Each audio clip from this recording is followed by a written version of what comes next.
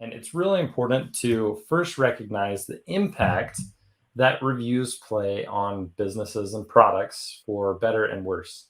I've personally managed over 3,000 product listings, company profiles, and employer profiles across basically every mainstream review site that exists today, at least in the US, and some of the international ones as well.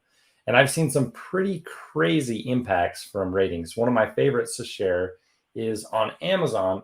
The difference in sales between a 4.2 and a 4.3 star product can literally be 100%. Now, you may think that's Wow. crazy that sales can change that much with just a zero point 0.1 star difference, but a 4.2 rounds down to a 4-star displayed image, and a 4.3 rounds up to a 4.5-star image. And when you talk about perceptions and filtering behaviors on sites like Amazon, it's hugely impactful.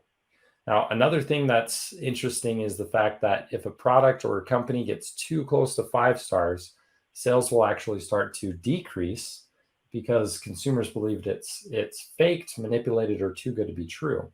And so just like the image on my book, you can see this. It's 4.5 stars right there. I like it. That's symbolic of where your ratings are optimized.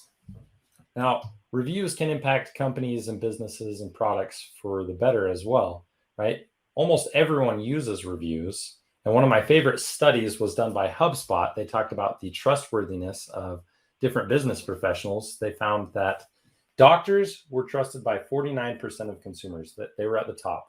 So about 1 out of 2 consumers trust what their doctors say. And that's maybe a different conversation in and of itself. But all the way down at the bottom, you had salespeople and marketers at 3% and politicians at 1%. So at least, sales marketing guys and professionals, you're not at the very bottom. But consumers, almost everyone uses reviews, and the average consumer trusts reviews. 85% of consumers trust reviews as much as a personal recommendation. So they're highly influential.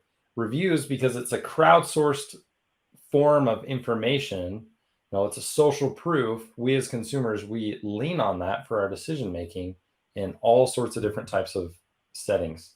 So it ends up being way more influential than anything a business could ever say about themselves. So first, I want to tell you about this principle in chapter 3 of my book called The Law of Self-Selecting Extremes. And this is going to set the stage for us going through the 4-phase model of the review cycle. Now, when you don't ask for feedback, all you get is the polarizing extremes, the extreme positives and the extreme negatives. Those people that had the best restaurant experience of their life, like it was mind-blowing, or the absolute worst hotel visit that they could have ever imagined, or a product that arrived broken out of the box. Those types of extreme experiences will get people so motivated that they'll share their feedback without being prompted.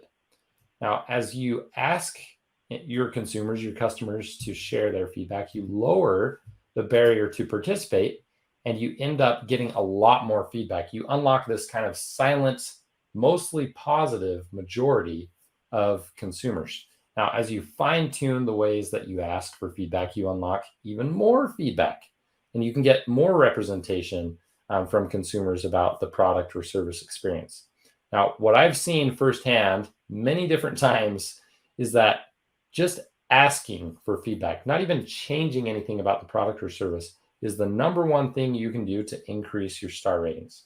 When I was at iFit, a global fitness manufacturer of Proform and Nordic Track and other fitness machinery, the Google profile was at, I think it was about a 2.0 star rating with about 150 reviews.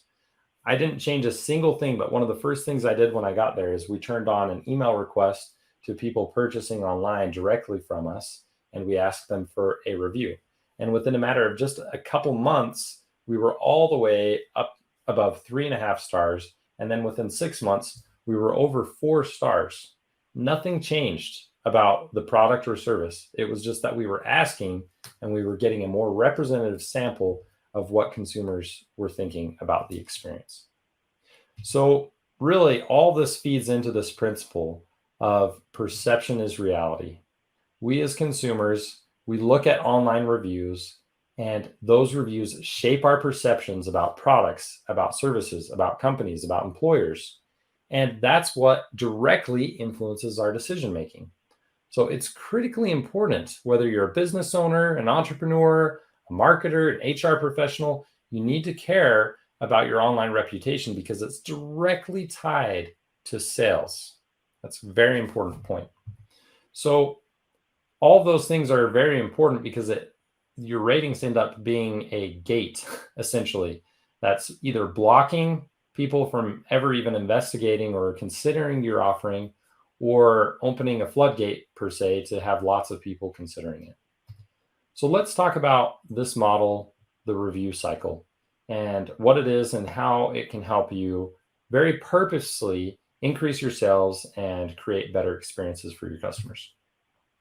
Now, in contrast, there's old school ways of thinking about sales. And right here, we have two different sales models. The first is the IDA model. It's just a basic awareness funnel from attention all the way to action or purchase. And it ends there. It's like, oh, okay, so people think about buying something or going on vacation somewhere and they're looking at hotels. But then once they've decided, that's the end of mapping out the customer experience.